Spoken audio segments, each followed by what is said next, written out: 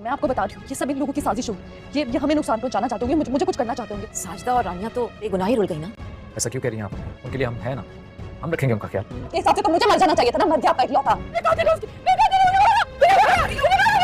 दानिश की मौत के बाद रानिया यही सोच सोच कर परेशान होगी कि आखिर ऐसा क्या है, और अपनी अम्मी से इसी बात का जिक्र करेगी कि कहीं ना कुछ तो गड़बड़ है। मुझे यकीन है कि ये लोग हमें नुकसान पहुंचाना चाहते थे, लेकिन ऐसा नहीं हो सकता। और आने वाली एपिसोड में हमें दिखाया जाएगा कि नवाब बीबी जो कि अपने बेटे की मौत के बाद बहुत ज्यादा सदमे में चली जाएंगी, और इसी सदमे की वजह से वो रानिया के पास आएंगी और रानिया से माफी मांगेंगे और उससे यही कहेंगी कि मुझे माफ कर दो, मेरा बेटा बेमौत मारा गया। रानिया उनकी बात सुनकर गुस्से में आ जाएगी और उन्हें यही जवाब देगी कि बेमौत नहीं मरा, उसे आपने मारा है, आप अपने बेटे की कातिल है, सब कुछ आपका ही प्लान था। और उसे ये बात समझ आ जाएगी कि ये सब कुछ नवाब बीबी ने ही किया है, और वो उनसे यही कहेगी कि ये सारा आपका अपना प्लान था, आपने मेरे लिए गड़ा कूदा था, लेकिन आपका अपना इकलौता बेटा उसमें चला गया, आपका अपना इकलौता बेटा जान से चला गया, आप अपने बेटे की कातिल हैं, आपने मारा है दानिश को।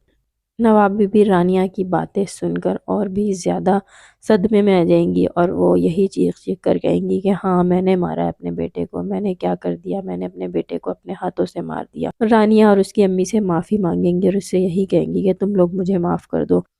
और यहाँ पर हम देखेंगे कि हमज़ा के घर में भी सबको ये बात पता चल जाएगी कि ये सारा किया धरा नवाब बीबी का है। वो यही चाहती थी कि रानिया इस आग में झुलस जाए, लेकिन ऐसा नहीं हो सका और उनका अपना बेटा ही मारा गया। हमज़ा की अम्मी को भी ये सोच सोच कर अफसोस होगा कि जो भी कुछ किया नवाब बीबी और उसकी अम्मा ने किया, लेकिन रानिया और साजिदा तो बेकसूर ही इसमें रुल गई। इस पर हमज़ा उन्हें यही समझाएगा कि आप ऐसा क्यों कह रही हैं, हम लोग हैं ना, हम रानिया और चची का ख्याल रखेंगे, आप इस चीज़ के लिए बेफिक्र हो जाएं, अब मैं उन दोनों के साथ कोई भी ज्यादती नहीं होने दूंगा। और नाजरीन, आने वाली एपिसोड में अब रानिया के रास्ते आसान होते हुए नजर आ रहे हैं, क्योंकि दानिश तो अब इस दुनिया से चला गया और जितनी भी जायदाद थी वो सब कुछ दानिश ने अपने ही नाम करवाई थी। और दानिश की मौत के बाद अब ये सारा रिटर्न में रानिया को ही मिलना है, क्योंकि पहले भी ये सब कुछ रानिया का ही था, और अब दानिश की बीवी की हैसियत से भी सारा कुछ रानिया को ही मिलने वाला है। तो ये सारी चीज़ें जो कि रानिया की ही थी और रानिया के ही हिस्से में वापस आ जाएंगी। और दानिश की फैमिली की सज़ा का वक्त तो आ ही चुका है। दानिश तो अपनी जान से चला गया और सना जो कि तलाक लेके बैठ चुकी है, और जिस माल और दौलत के लिए इन्होंने ये सब कुछ किया